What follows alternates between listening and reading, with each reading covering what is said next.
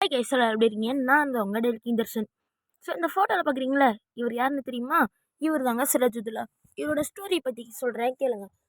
So இவரோட தாத்தா தாங்க அலிவர்தி கான், த நவாப் ஆஃப் பெங்கால். ஸோ இவரோட கிராண்ட்சன் தாங்க இந்த சிராஜுதுல்லா. இந்த ஃபோட்டோவில் பார்க்குறீங்களா இவர்.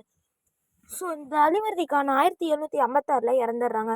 ஸோ இவர் இறந்த உடனே நவாப் ஆஃப் பெங்காலில் இந்த சிராஜுதுல்லா தாங்க வராரு. ஸோ பிரிட்டிஷ் இதை பார்த்துட்டு சொல்கிறாங்க, அலிவர்தி கானே இறந்துட்டாரு, இந்த சிராஜுதுல்லா என்ன பண்ணிட போகிறான் அப்படின்னு நினைக்கிறாங்க. அப்போ தாங்க நம்ம சிராஜுதுல்லா ஒரு பெரிய வேலைத்தனத்தை கட்டிட்டு போயிடுறாரு. அவர் என்ன பண்ணாரு தெரியுமா? த பிளாக் ஹோல் ட்ரேஜடி 1756. ஸோ அதில் என்ன நடக்குதுன்னா, வார் ஃபார் ஒன் நைட் அப்படிங்கிற ஒரு வார் நடக்குது பெங்காலுக்கும் பிரிட்டிஷ்க்கும். அது ஒரு 2 மணி நேரம் தாங்க நடந்துச்சு. அதில் 146 பேர் பிரிட்டிஷ் பிரிசனர்ஸ் வந்து கைது பண்ணிட்டாங்க. சிராஜுதுல்லா கைது பண்ணி சும்மா அங்கே விட்டாங்க.